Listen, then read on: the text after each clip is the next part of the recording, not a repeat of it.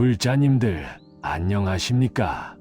요즘 살기 힘든 세상에서 많은 분들이 이런 고민을 하고 계시지 않습니까? 남한테 베풀고 도와주면 복을 받는다고 하는데 정작 나는 베풀수록 더 가난해지는 것 같고 오히려 이기적으로 사는 사람들이 더 잘 사는 것 같다고요. 교회에서는 11조를 바치면 10배로 돌아온다고 하고 절에서는 보시를 하면 복을 받는다고 하는데 정작 열심히 베푼 내가 왜 이렇게 힘들게 살아야 하는지 모르겠다고 하시는 분들이 정말 많으십니다. 특히나 지금같이 물가는 오르고 살기 어려운 때에는 더욱 그런 생각이 들기 마련입니다. 남편이나 아내가 너무 베푸는 것 같아서 걱정이 되기도 하고 자식들한테 베풀기만 했는데 돌아오는 건 서운한 뿐이라며 단식하시는 부모님들도 계십니다. 혹시 보살님들도 그런 경험이 있지 않으십니까? 착하게 살려고 노력했는데 왜 내 인생은 이렇게 힘든지, 베풀라고 하는 가르침이 과연 옳은 것인지 의문이 드는 순간들 말입니다.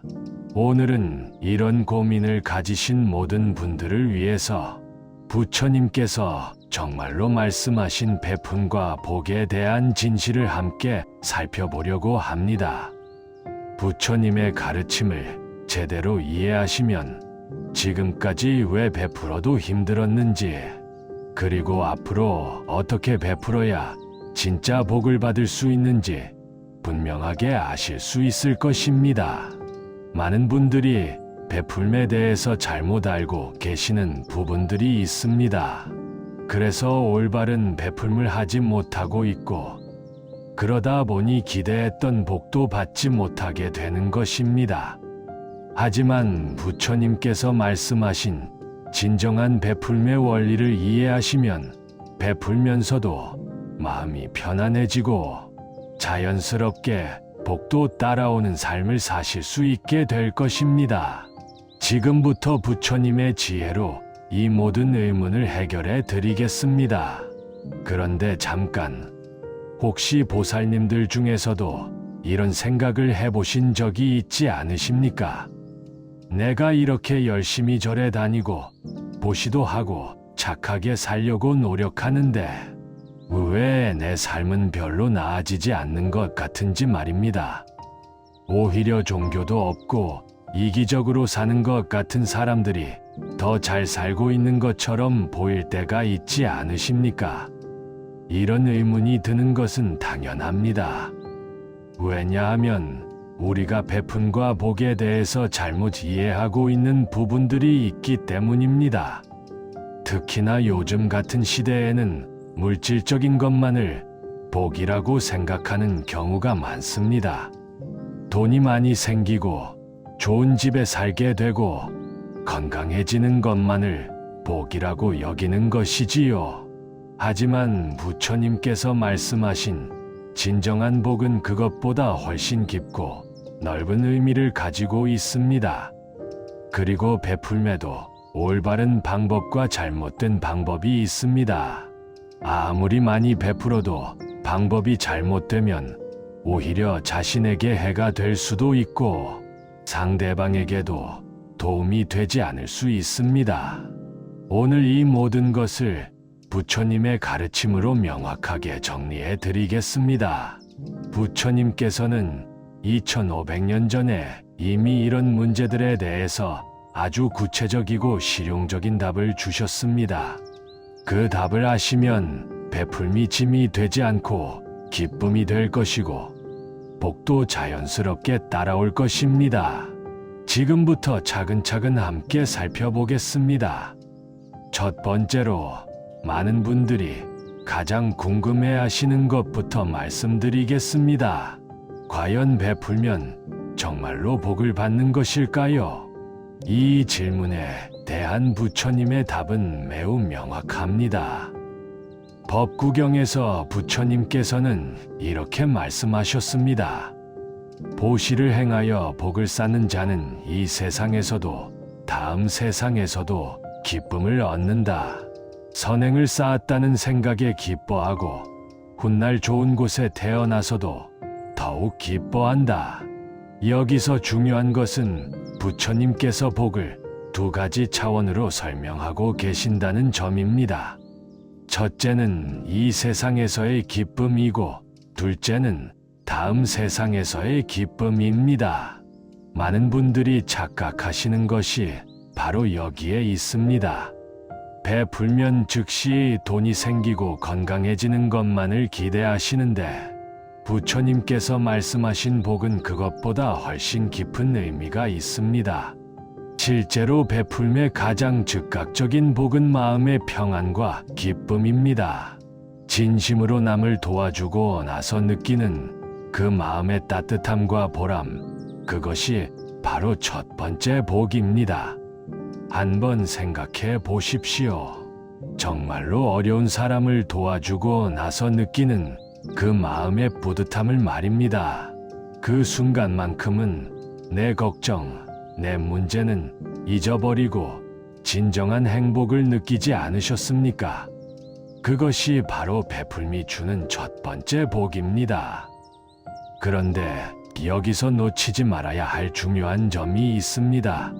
부처님께서는 단순히 베풀기만 하면 된다고 하지 않으셨습니다.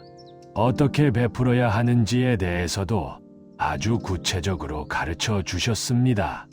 증이라 암경에서 부처님께서는 이렇게 말씀하셨습니다.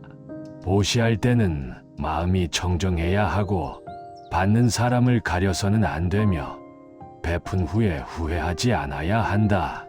이 말씀을 보면 베풀매는 세 가지 조건이 있음을 알 수 있습니다. 첫째, 마음이 청정해야 합니다. 이는 무엇인가를 바라고 베푸는 것이 아니라 순수한 마음으로 베풀어야 한다는 뜻입니다. 둘째, 받는 사람을 가리지 않아야 합니다. 부자에게는 안을 주고 가난한 사람에게만 주거나 내가 좋아하는 사람에게만 베푸는 것이 아니라는 의미입니다. 셋째, 베푼 후에 후회하지 않아야 합니다. 괜히 주었나, 내가 손해봤나 하는 생각을 하지 않아야 한다는 것입니다. 이 세 가지 조건을 지키지 않으면 베풀어도 진정한 복을 받기 어렵습니다. 많은 분들이 베풀고도 복을 못 받는다고 하시는 이유가 바로 여기에 있습니다. 예를 들어서 설명해 드리겠습니다. 어떤 분이 절에 100만 원을 보시했다고 가정해 봅시다. 그런데 그 마음 속에 이번에 보시했으니까 사업이 잘 될 거야 라는 기대가 있었습니다. 그리고 한 달이 지나도 사업에 별다른 변화가 없자 괜히 돈을 줬나 하고 후회를 했습니다. 이런 경우에는 베풀었지만 진정한 복을 받기 어렵습니다. 왜냐하면 부처님께서 말씀하신 조건들을 지키지 않았기 때문입니다. 반대로 어떤 분은 1,000원밖에 없었지만 정말 어려운 사람을 보고 그 1,000원을 아무런 조건 없이 순수한 마음으로 주었습니다. 그리고 준 후에도 전혀 후회하지 않았습니다. 이런 경우에는 적은 금액이었지만 큰 복을 받게 됩니다.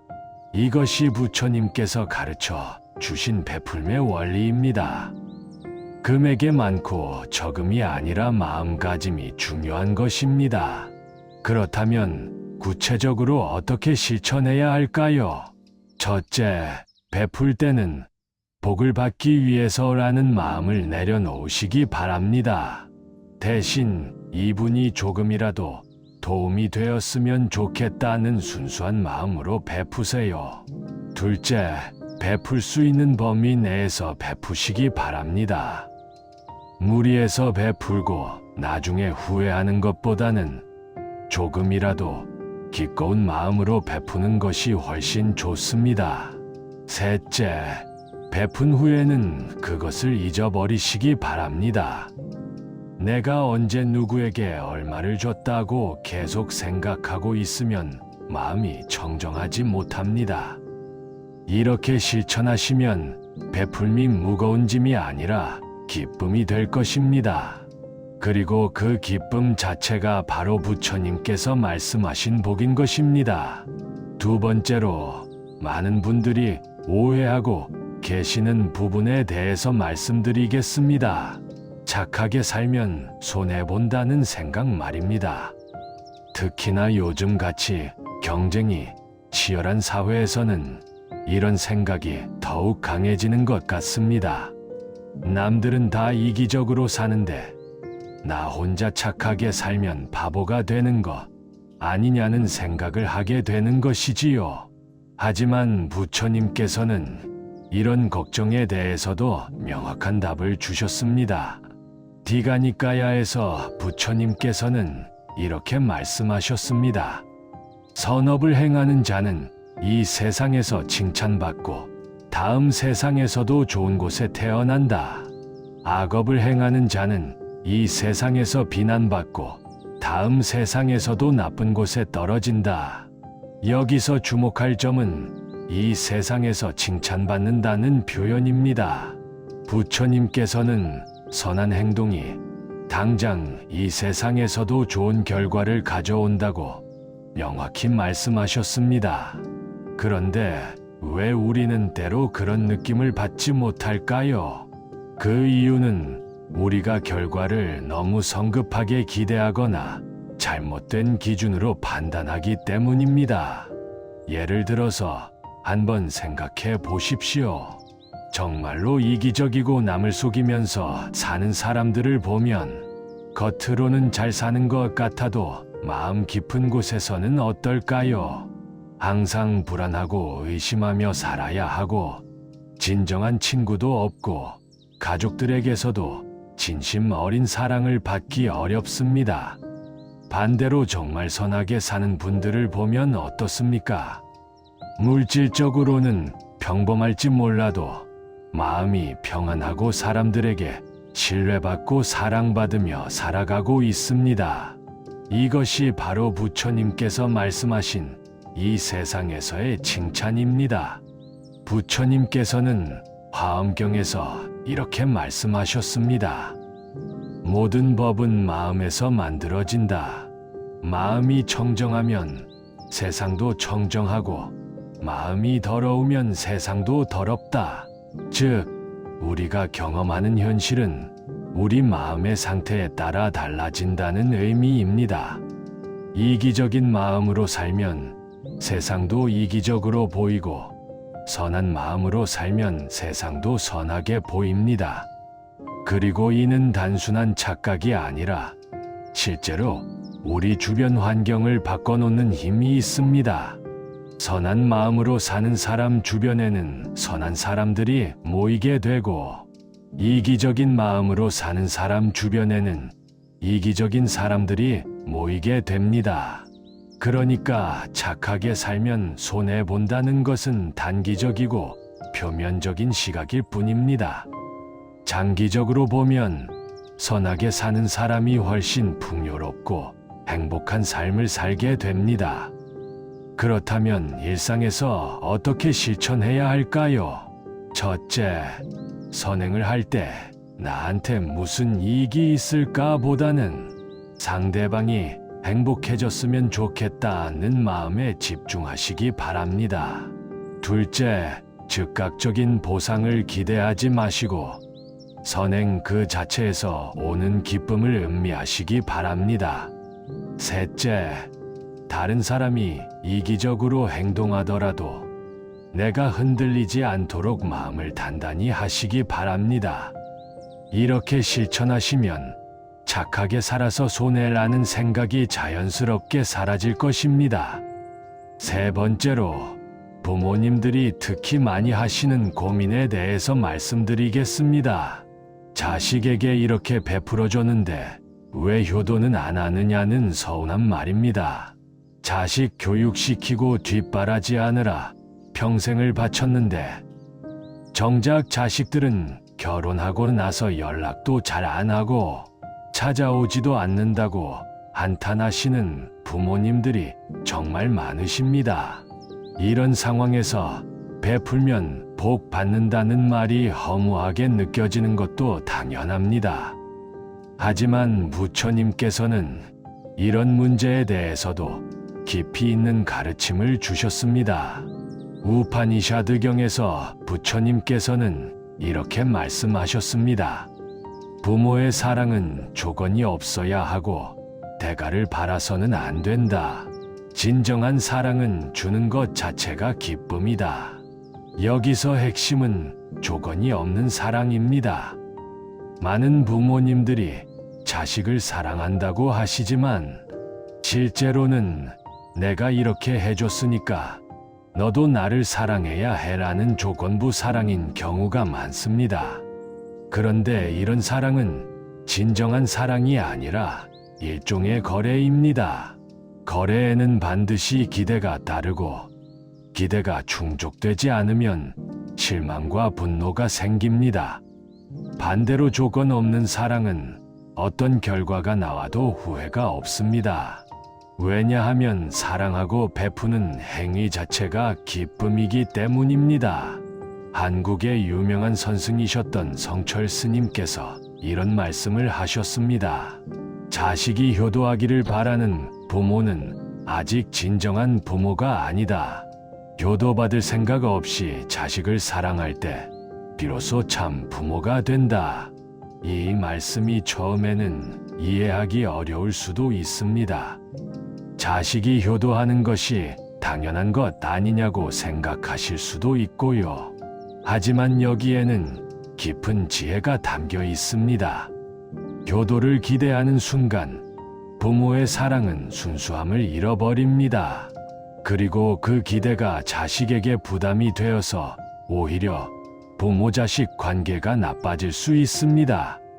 반대로 아무것도 바라지 않고 순수하게 사랑할 때 자식도 그 진심을 느끼고 자연스럽게 부모에게 감사한 마음을 갖게 됩니다. 부처님께서는 법화경에서 이렇게 말씀하셨습니다. 자비의 마음으로 베푸는 자는 모든 존재로부터 사랑받는다.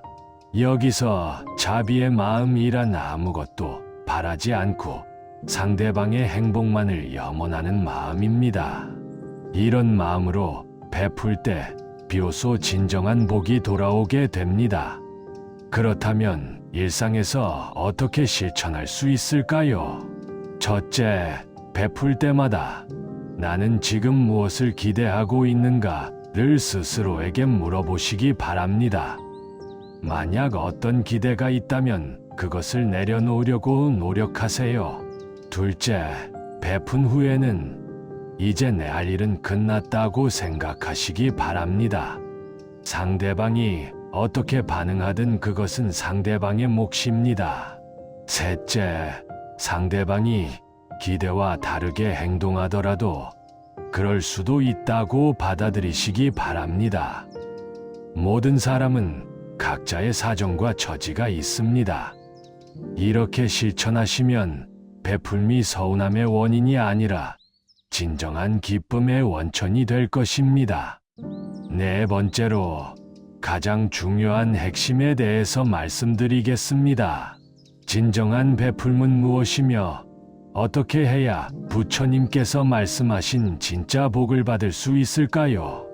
많은 분들이 베풀을 할 때 물질적인 것만 생각하시는데 부처님께서는 훨씬 다양한 베풀에 대해서 가르쳐 주셨습니다. 대승기실론에서는 베풀을 세 가지로 나누어 설명합니다. 첫째는 제시차이스로 돈이나 물건을 주는 것, 둘째는 법시파스로 좋은 가르침을 나누는 것, 셋째는 무외시우웨스로 두려움을 없애주는 것입니다. 많은 분들이 첫 번째 제시만 생각하시는데 사실 두 번째와 세 번째가 더 중요하고 더 큰 복을 가져다 줍니다. 법시는 상대방에게 지혜를 나누어 주는 것입니다.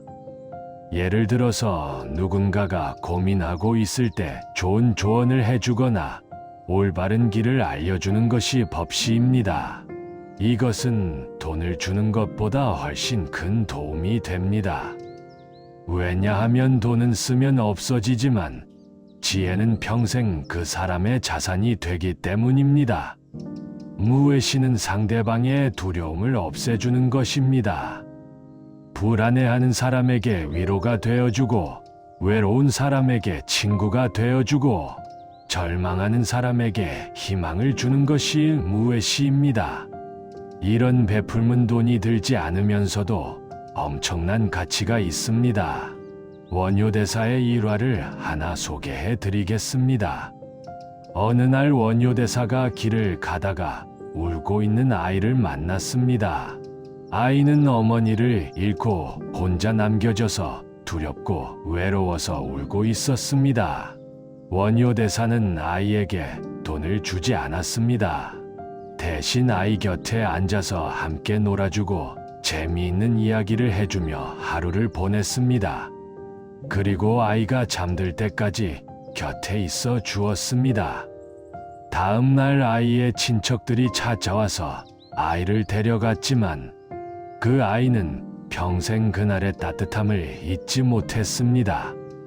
나중에 그 아이는 훌륭한 사람으로 성장해서 많은 사람들을 도우며 살았습니다. 원효대사의 하룻밤 베풀미 한 사람의 인생을 바꾼 것입니다. 이것이 바로 무외시의 힘입니다. 부처님께서는 암경에서 이렇게 말씀하셨습니다. 법시는 모든 시주 중에서 으뜸이다. 물질을 주는 것보다 지혜를 나누어 주는 것이 더 큰 공덕이 된다. 그리고 무외시에 대해서는 이렇게 말씀하셨습니다. 두려움에 떠는 자에게 두려움이 없음을 주는 자는 무량한 복을 얻는다.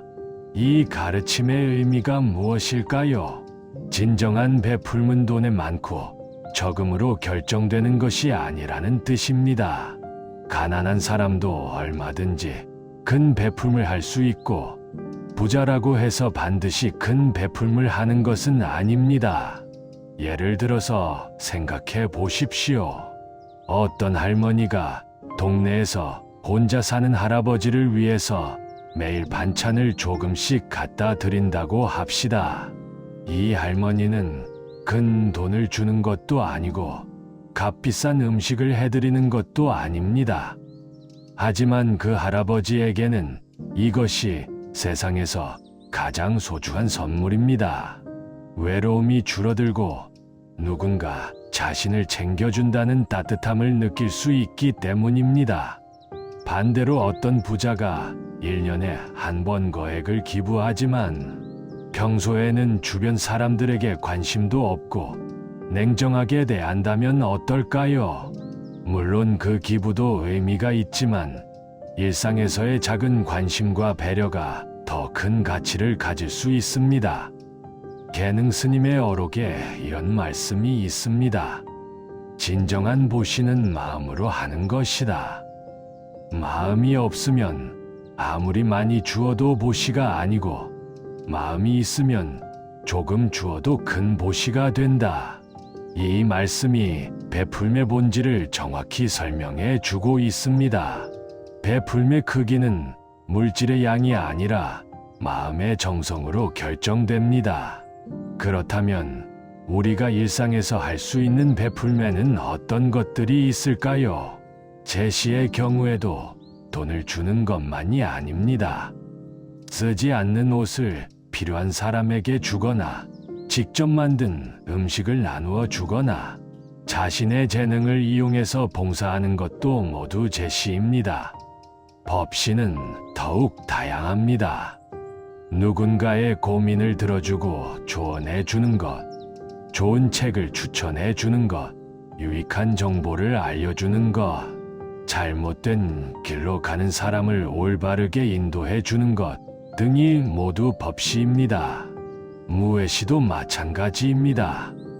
외로운 사람과 대화해 주는 것, 불안해하는 사람을 위로해 주는 것, 어려운 일을 함께 해주는 것, 밤늦게 혼자 걸어야 하는 사람을 배웅해 주는 것 등이 모두 무외시입니다. 이런 베푼들은 특별한 돈이나 능력이 없어도 누구나 할 수 있습니다. 그리고 이런 베풀음을 할 때 우리는 즉시 마음의 따뜻함과 기쁨을 느낄 수 있습니다.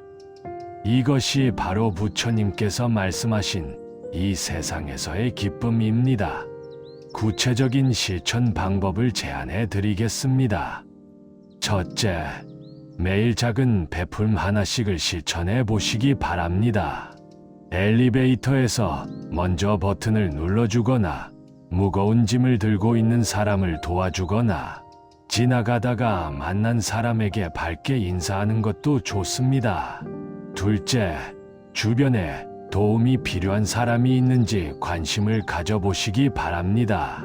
혼자 사는 이유, 어려움에 처한 친구, 고민이 있는 가족 등에게 작은 관심이라도 보여주세요.